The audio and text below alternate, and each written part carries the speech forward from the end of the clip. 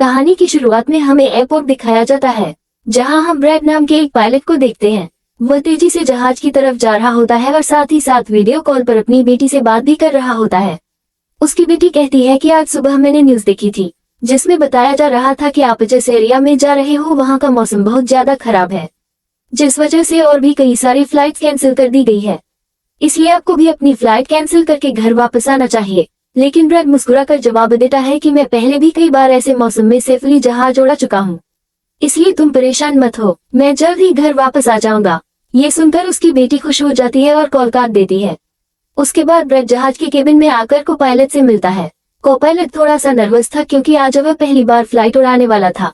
तभी एक air hostess आकर ब्रैड को बाहर बुलाती है, जहाँ एक पुलिस अफसर ब्रैड को बताता है कि इमरजेंसी की वजह से तुम्हें एक कातिल को अपने साथ ले जाना पड़ेगा, जिसका नाम टोनी है। टोनी एक बहुत ही ताकतवर और खतरनाक इंसान है, जिस पर मर्डर का केस है और अब इसे जहाज के जरिए दूसरी कंट्री ले जाकर उम्र भर कैद के लिए जेल में डाला जाएगा। वो पुलिस अफसर ब्रैड से कहता है कि यह जिम्मेदारी हम तुम्हें इसलिए दे रहे हैं क्योंकि तुम एक काबिल और समझदार पायलट हो। ब्रैड मान जाता है और टोनी को सबसे लास्ट वाली सीट्स में बिठा देता है ताकि बाकी पैसेंजर्स को कोई परेशानी ना हो। उसके बाद सभी पैसेंजर्स अपने सीट्स पर बैठ जाते हैं और ब्रैड जहाज के स्टाफ के पास होकर कंफर्म कर लेता है कि सभी पैसेंजर्स आ गए हैं, जिसके बाद जहाज टेक ऑफ कर लेती है। ऊंचाई पर पहुंचने के बाद ब्रैड जहाज को ऑटो पायलट पर लगाकर को पायलट के साथ अपनी फैमिली के बारे में बातें करने लगता है। ब्रैड को पायलट को मोबाइल में अपनी बेटी की फोटो दिखाता है और कहता है कि मैं अपनी बेटी से बहुत प्यार करता हूं और हमारा इस दुनिया में एक दूसरे के अलावा और कोई भी नहीं है। दूसरी तरफ जहाज में बैठी पैसेंजर सफर को एंजॉय कर रहे होते हैं, लेकिन उन्हें पता नहीं था कि कुछ देर बाद उनके साथ बहुत ही बुरा होने वाला है। केबिन में बैठे दोनों पायलट्स भी खुश थे और जहाज भी नॉर्मल तरीके से फ्लाई कर रहा था। लेकिन तभी अचानक मौसम खराब हो गया और जहाज हल्के से झटके लेने लगा, जिस वजह से ब्रैड परेशान हो जाता है क्योंकि उसे कुछ ठीक नहीं लग रहा था। वह सभी मुसाफिरों को सीट बेल्ट बांधने के लिए अनाउंस करता है और रेडियो के जरिए वह कंट्रोल टावर से बात करने की कोशिश करता है, पर उसकी बात नहीं हो पाती क्योंकि मौसम खराब होने की वजह से यहाँ के सारे रेडियो काम करना बंद कर देते हैं। तभी अचानक बिजली का तेज झटका प्लेन से आकर लगता है, जिस वजह से प्लेन जोर जोर से झटके लेने लगता है। ब्रैड पैसेंजर्स का हाल देखने के लिए केबिन से बाहर जाता है। पैसेंजर्स को देखकर ब्रैड को थोड़ा बहुत सुकून मिल जाता है क्योंकि सभी पैसेंजर्स सेफ थे। पर यहाँ अब धीरे धीरे लाइट बंद होती जा रही थी और तभी प्लेन को कई और झटके लगते हैं, जिससे ब्रैड का सिर सामने छत से टकराकर नीचे गिर जाता है और उसके माथे पर चोट लग जाती है। इस सूरत-ए-हाल को देखते हुए सभी पैसेंजर्स की हालत खराब होने लगी थी। ब्रैड जल्दी से वापस केबिन में आकर अपने साथी के साथ मिलकर प्लेन को संभालने में लग जाता है। यह उनके लिए काफी मुश्किल टाइम था। मौसम खराब होने की वजह से उन्हें आगे कुछ भी नहीं दिखाई दे रहा था। ब्रैड कहता है कि मैं प्लेन को नीचे लाना होगा क्योंकि अगर प्लेन को एक और झटका लगा तो प्लेन तबाह हो सकता है। ये लोग फौरन जहाज का अल्टीट्यूड कम करने लगते हैं और जहाज तेजी से नीचे की तरफ जाने लगता है। जहाज के अंदर मौजूद पैसेंजर्स काफी ज्यादा डरे हुए थे। तभी क्रिमिनल टोनी के साथ जो पुलिस अफसर आया होता है, उसके हाथ से मोबाइल छूट जाता है। वो अपने मोबाइल फोन को उठाने के लिए अपना सीट बेल्ट खोल लेता है, जिसकी मदद करने के लिए एक एयर होस्टेस भी अपना सीट बेल्ट खोलकर आगे आती है। अब क्योंकि प्लेन तेजी से नीचे की तरफ जा रहा था, जिस वजह से उनका सीट बेल्ट खुलते ही ये दोनों तेजी से ऊपर छत से टकरा जाते हैं। ये दोनों इतनी तेजी से छत से टकराते हैं कि उनकी तुरंत मौत हो जाती है। इतने में जहाज काफी कम अल्टीट्यूड पर आ जाता है और किसी तरह करके यह दोनों पायलट जहाज को कंट्रोल कर लेते हैं। लेकिन अब जहाज में ज्यादा पावर नहीं चाहिए होती, इसलिए ब्रैड जहाज को एयरपोर्ट तक नहीं पहुंचा सकता था, जिस वजह से ब्रैड जहाज को नीचे लाकर समंदर में क्रैश लैंड करने का सोचता है। लेकिन तभी ये दोनों कुछ दूर एक आइलैंड देख लेते हैं, जिसके बाद ब्रैड जहाज की डायरेक्शन आइलैंड की तरफ कर लेता है और आइलैंड पर लैंड करने का फैसला करता है।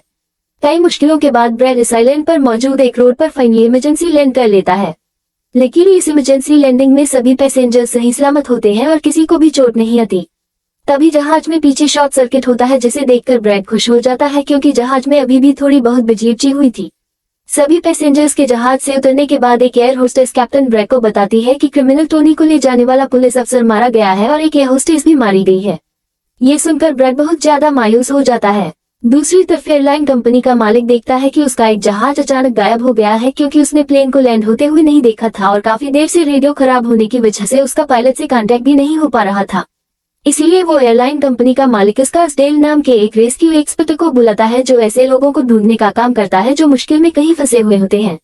एयरलाइन कंपनी का मालिक उसे कहता है कि मुझे मेरे प्लेन्स की सारी डिटेल्स चाहिए, जैसे वो कहाँ गया, उसके वर्कर्स और सभी पैसेंजर्स कहाँ हैं।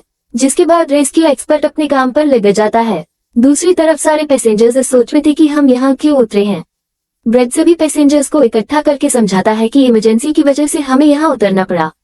प्लेन में अभी भी थोड़ी बहुत बिजली मौजूद है जिसे हम बाकी चीजों को ठीक कर लेंगे। तब तक आप लोग यहाँ आराम से रहें और आप लोग घबराइएगा नहीं। बहुत जल्द हम यहाँ से निकल जाएंगे। जिसके बाद ब्रेड प्लेन के पास आकर उसे ठीक करने में लग जाता है, पर वो देखता है कि जहाज में पावर काफी कम है, इसलिए उन्हें मदद का इंतजार करना होगा। यह लोग मैप निकालकर खुद ही अपनी लोकेशन देखने लगते हैं ताकि उन्हें पता चल सके कि आखिर ये लोग किस जगह पर हैं। ब्रेड का साथी को पायलट नक्शा देखकर बताता है कि हम एक प्राइवेट आइलैंड पर फंसे हुए हैं। ये जगह बहुत ही खतरनाक है। यहाँ पर ऐसे लोग हैं जो किसी सरकार या गवर्नमेंट की बात नहीं मानते।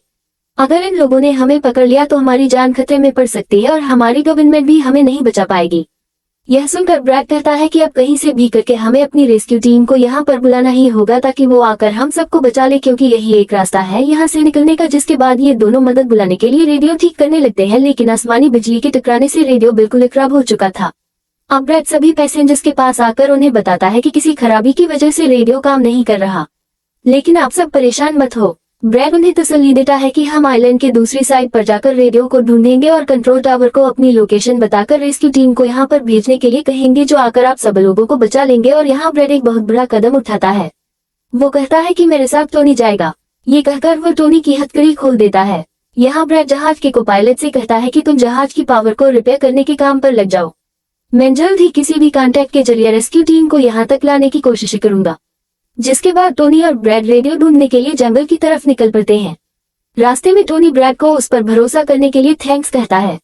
अब हम इस आइलैंड पर रहने वाले आतंकवादी ग्रुप को देखते हैं, जिनके पास एक आदमी दौड़कर आता है और वह आदमी उस ग्रुप के लीडर को बताता है कि यहाँ आइलैंड पर एक प्लेन आकर रुका है इमरजेंसी की वजह से, और उसके अंदर बहुत सारे लोग हैं जो अलग अलग कंट्रीज से हैं।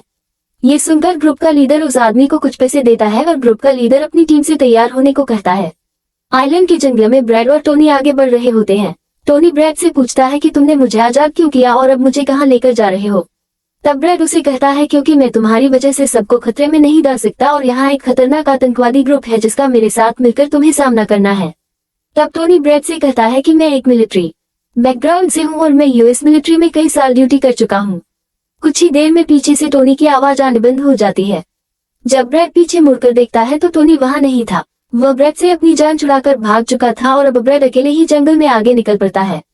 जंगल में आगे बढ़ते हुए ब्रैड एक खाली पड़ी फैक्ट्री में जाता है जहां वो एक टेलीफोन को ढूंढ लेता है, लेकिन वो पुराने जमाने का टेलीफोन खराब पड़ा हुआ था।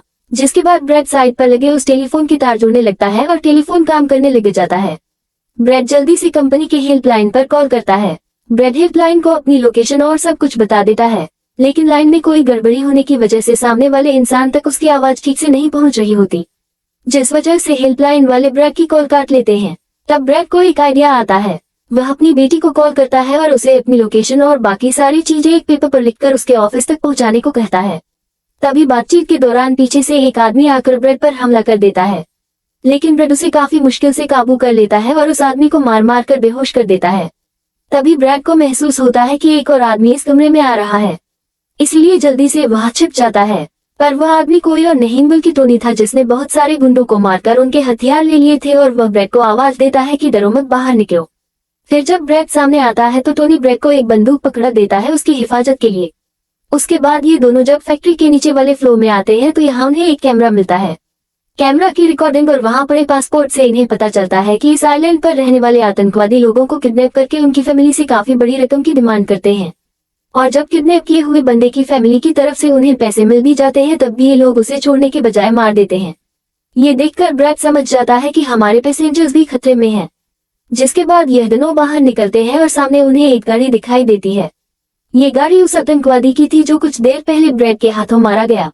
अब ये दोनों बाहर खड़ी गाड़ी में बैठ जाते हैं और अपने पैसेंजर्स की तरफ जाने लगते हैं। उधर सभी पैसेंजर्स ब्रैड के इंतजार में बैठे हुए होते हैं कि ब्रैड जल्द ही उनके लिए मदद लेकर आ जाएगा। तभी उन्हें किसी गाड़ी की आवाज आती है।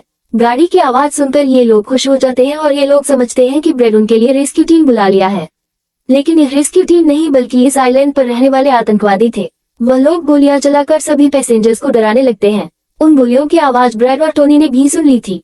जिसके बाद ये लोग कार की स्पीड बढ़ाकर जल्दी से प्लेन तक पहुंचने की कोशिश करते हैं। आतंकवादी ग्रुप का लीडर होस्टेस से सभी यात्रियों की लिस्ट मांगता है। डर के मारे जल्दी से होस्टेस उसे लिस्ट लाकर दे देती है। फिर गैंग का एक आदमी को पायलट से पूछता है कि तुम्हारा सीनियर पायलट कहाँ पर है, जिस पर को पायलट बताता है कि किसी काम से वो जंगल में गया था पर अभी तक वापस नहीं आया। तभी वहाँ पर ब्रैड और टोनी भी पहुंच जाते हैं, लेकिन ये दोनों चुपके से दूर से इन लोगों को देख रहे होते हैं। इसी दौरान एक औरत वहाँ से भागने की कोशिश करती है, पर वह लोग गोली चलाकर उसे मार देते हैं। यह देखकर ब्रैड उनकी मदद करने के लिए जाता है, पर टोनी उसे रोक लेता है और टोनी कहता है कि तुम शांत रहो, अभी जाना ठीक नहीं। गैंग का लीडर सभी पैसेंजर्स को एक बस में बैठा लेता है और गैंग का लीडर अपने 2 साथियों को वहीं छोड़कर उनसे कहता है कि जाओ जहाज के अंदर जो भी कीमती सामान है उसे ले आओ। जिसके बाद ये लोग सभी पैसेंजर्स को अपने अड्डे पर ले जाने लगते हैं। गैंग के जाने के बाद ब्रैड टोनी पर गुस्सा करने लगता है कि वो लोग हमारे पैसेंजर्स को ले गए और तुमने मुझे जाने ही नहीं दिया। जिस पर टोनी उसे समझाता है कि वो लोग काफी ज्यादा थे, अगर तुम चले भी जाते तो इतनी बड़ी आर्मी से अकेले नहीं लड़ पाते। अब ये दोनों प्लेन की तरफ बढ़ने लगते हैं और उन दोनों गुंडों को पकड़ लेते हैं जो प्लेन से कीमती सामान चुरा रहे थे। ब्रैड गन पॉइंट पर उनसे पूछता है कि तुम्हारा लीडर पैसेंजर्स को कहां पर लेकर गया होगा, जिस पर वह बताता है कि यहाँ से कुछ दूर हमारा एक अड्डा है और वो सब वहीं गए होंगे। दूसरी तरफ ब्रैड की बेटी रेस्क्यू एक्सपर्ट के पास ब्रैड का लिखवाया हुआ पेपर दे देती है, जिस पर प्लेन का लोकेशन और सारी जानकारी लिखी गई होती है। रेस्क्यू एक्सपर्ट सैटेलाइट की मदद से प्लेन की लोकेशन का पता लगा लेता है। उन्हें पता चल जाता है कि प्लेन एक आइलैंड पर फंसा हुआ है और उन्हें ये भी पता चल जाता है कि इस आइलैंड पर एक खतरनाक आतंकवादी ग्रुप है।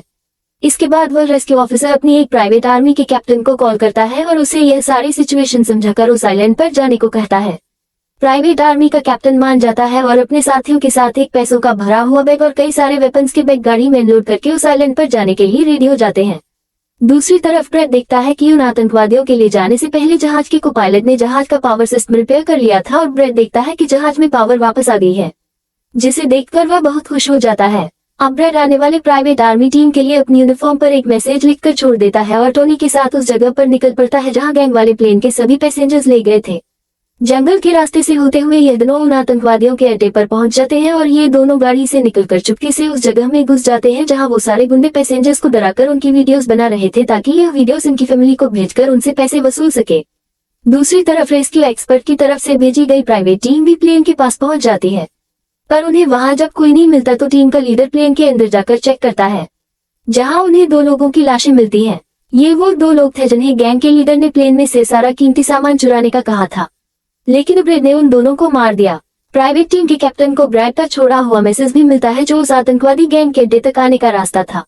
आतंकवादियों के अड्डे पर टोनी और ब्रैड चुपके से उन पर नजर रखे हुए थे और जैसे ही उन्हें मौका मिलता है ये दोनों चुपके से पीछे से आकर 2 आतंकवादियों को मार देते हैं। फिर यह दोनों चुपके से आगे बढ़ते हैं और एक कमरे के बाहर जा पहुंचते हैं। इस कमरे के अंदर सभी पैसेंजर्स को कैद करके रखा गया था। अब ब्रैड इन लोगों को छुड़ाना तो चाहता था, पर वहाँ बहुत सारे गार्ड्स पहरा दे रहे थे और ब्रैड के पास दरवाजे का ताला खोलने की चाबी भी नहीं थी। इसके बाद ये दोनों एक एक करके उन गार्ड्स को मार गिराते हैं और टोनी तो हथौड़ा उठाकर कई सारे गार्ड्स को हथौड़े से मार देता है। यहाँ ब्रैड एक गार्ड से चाबी लेकर उन पैसेंजर्स को कमरे से आजाद कर देता है। वो उनसे कहता है कि जल्दी से उसी बस में बैठ जाओ जिसमें तुम सबको आतंकवादियों ने यहाँ लाया था, और वह सभी जल्दी से उस बस में जाकर बैठ जाते हैं। तभी टोनी ब्रैड के पास आकर बताता है कि यहाँ से गाड़ी के जरिए बाहर निकलने का सिर्फ एक ही रास्ता है, मगर वहाँ कई सारे गुंडे बंदूक लिए खड़े हैं जो हमें देखते ही हम पर गोलियां बरसाना शुरू कर देंगे। जब ब्रैड पैसेंजर्स की तरफ देखता है तो वहाँ सभी बहुत ज्यादा डरे हुए होते हैं। अब हाँ, ब्रैड अपनी जान को खतरे में डालते हुए एक फैसला करता है और टोनी से कहता है कि मैं वहाँ पर मौजूद सभी आतंकवादियों का ध्यान भटकाऊंगा और तुम मौके का फायदा उठाते हुए सभी पैसेंजर्स को यहाँ से ले जाना। अब पहले तो टोनी ब्रैड को ऐसा करने से मना करता है। वो कहता है कि ऐसा करने से वह लोग तुम्हें मार देंगे, लेकिन ब्रैड कहता है कि इसके अलावा हमारे पास और कोई दूसरा रास्ता नहीं है। ये सुनकर टोनी मान जाता है। ब्रैड वहाँ से निकलकर आतंकवादियों के पास आता है। वहाँ ब्रैड गैंग के लीडर से बात करता है कि मैंने हेल्प के लिए इन्फॉर्म कर दिया है, जल्द ही यहाँ पर रेस्क्यू टीम आ जाएगी, इसलिए सभी पैसेंजर्स को यहाँ से जाने दो। यह सुनकर सभी गैंग वाले ब्रैड पर हंस पड़ते हैं और ब्रैड को पीटने लग जाते हैं। गैंग का हेड कहता है कि ऐसे कैसे छोड़ दूं, पैसों के बिना मैं किसी को नहीं छोड़ता। और अब जैसे ही ये लोग ब्रैड को मारने वाले होते हैं, तभी वहाँ पर प्राइवेट रेस्क्यू टीम पहुंचकर आतंकवादियों पर हमला कर देती है और काफी देर तक गोलीबारी करने के बाद गैंग के कई सारे लोगों को मारकर वो ब्रैड को चुरा लेते हैं और ब्रैड को बस में उठाकर यहाँ से निकल जाते हैं। यहाँ गैंग का लीडर देखता है कि उसके कई सारे साथियों के साथ उसका छोटा भाई भी मारा गया। यह देखकर वो बहुत ज्यादा गुस्सा हो जाता है और कसम उठाकर कहता है कि वो इन लोगों में से एक को भी नहीं छोड़ेगा और सभी को चुन चक्कर मारेगा। इसके बाद वह अपनी टीम से कहता है कि जल्दी से तैयारी कर लो, हम जल्द ही इन लोगों को मारने के लिए निकलेंगे। बस में प्राइवेट टीम का कैप्टन सभी को बताता है कि हम बस 5 लोगों की छोटी सी एक प्राइवेट टीम है जो बस तुम्हें यहाँ बचाने के मिशन पर आए हैं और हम कोई रेस्क्यू टीम नहीं है। रेस्क्यू टीम को यहाँ आने में कुछ टाइम और लगेगा। ये सुनकर ब्रैड घबरा जाता है और कहता है कि हमारे पास टाइम नहीं है क्योंकि गैंग वाले जल्द ही हमारे पीछे आएंगे और हमें देखते ही मार डालेंगे। पर मेरे पास एक आइडिया है। जहाज के पास पहुंचते ही ब्रैड सभी पैसेंजर से कहता है कि जहाज में पावर वापस आ चुकी है, यानी अब जहाज स्टार्ट हो जाएगा और हम लोग फौरन यहाँ से निकल जाएंगे।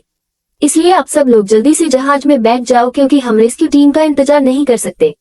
उन्हें यहाँ आने में वक्त लगेगा और अगर हम यहाँ रुके तो उन आतंकवादियों के हाथों मारे जाएंगे। ये सुनकर सारे लोग प्लेन में बैठ जाते हैं, जबकि ब्रैड प्लेन की तमाम चेकिंग करने में लग जाता है और प्राइवेट टीम के लोग पहले से आने वाले खतरे के लिए तैयार बैठ जाते हैं। तभी अचानक वो आतंकवादी ग्रुप आकर उन पर हमला कर देता है, जिन्हें देखकर प्राइवेट टीम उन्हें रोकने में लग जाती है और यहाँ दोनों तरफ से काफी गोलीबारी होती है। पर इस प्राइवेट टीम के पास काफी अच्छी गन्स थी, जिस वजह से वह बहुत सारे गुंडों को मार देते हैं।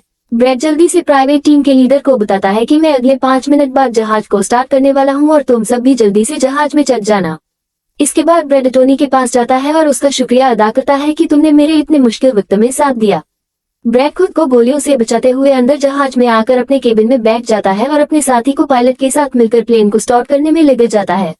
उधर टोनी के पास गोलियां खत्म हो जाती हैं और जब वो बुलेट्स ढूंढने के लिए प्राइवेट टीम का बैग चेक करता है तो उसे वहां पैसों से भरा हुआ एक बैग मिलता है।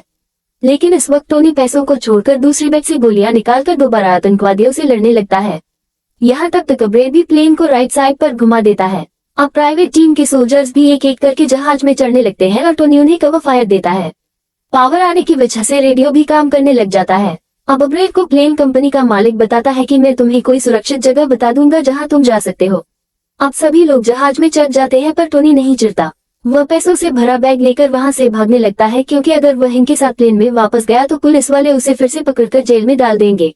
गैंग का लीडर अपने साथियों को मरता हुआ देखकर गुस्से से पागल हो जाता है। वह प्लेन के सामने रॉकेट लॉन्चर लाकर उन्हें एक ही झटके में उड़ाने का सोचता है, लेकिन सही टाइम पर टोनी उसे देख लेता है। अब टोनी जल्दी से बंदूक उठाकर उसे शूट करके मार देता है और सभी लोगों की जान बचा लेता है। यह देखकर ब्रैड टोनी के इस काम से बहुत खुश हो जाता है और ब्रैड अपनी पूरी ताकत लगाकर प्लेन उड़ाने में कामयाब हो ही जाता है। ये देखकर टोनी सभी पैसेंजर्स और ब्रैड के लिए खुश होता है और पैसों का भरा हुआ बैग लेकर जंगल की तरफ भाग जाता है। ब्रैड जहाज को इस आइलैंड से दूर ले जाता है और जहाज का मालिक उसे एक एयरपोर्ट के बारे में बताता है जहां ये लोग जा सकते थे जो अब इनके काफी करीब था। ब्रैड एयरलाइन कंपनी के मालिक की बताई हुई जगह की तरफ जहाज को ले जाता है, लेकिन तभी एक बार फिर जहाज के इंजन में आग लग जाती है और जहाज तबाह होने लगता है। इसलिए ब्रैड दोबारा से इमरजेंसी वार्निंग ऑन करता है और धीरे धीरे जहाज को नीचे रनवे पर लाने की कोशिश करता है। फाइनली बड़ी मुश्किल के बाद ब्रैड जहाज को रनवे पर उतार देता है और सब लोगों की जान बच जाती है। ब्रैड और उसका साथी को पायलट काफी खुश हो जाते हैं। उधर प्लेन कंपनी का मालिक और उसकी टीम भी बेहद खुश थी। अब ब्रैड पैसेंजर्स का हाल देखने के लिए पीछे जाता है तो वह देखता है कि सभी पैसेंजर्स सेफ हैं और ये देखकर उसके दिल को सुकून मिल जाता है। वहां खड़े सभी पैसेंजर्स ब्रैड के लिए तालियां बजाने लगते हैं और ब्रैड का शुक्रिया अदा करते हैं। कुछ ही देर में वहां उनके लिए रेस्क्यू टीम भी आ जाती है, जिसे देखकर सभी पैसेंजर्स खुश हो जाते हैं। यहाँ ब्रैड सभी पैसेंजर्स को रेस्क्यू टीम के साथ भेज देता है और कैप्टन फाइनली सुकून की सांस लेते हुए जहाज की सीढ़ियों पर बैठकर अपनी बेटी से कॉल पर बात करता है। इसी के साथ यह कहानी खत्म हो जाती है।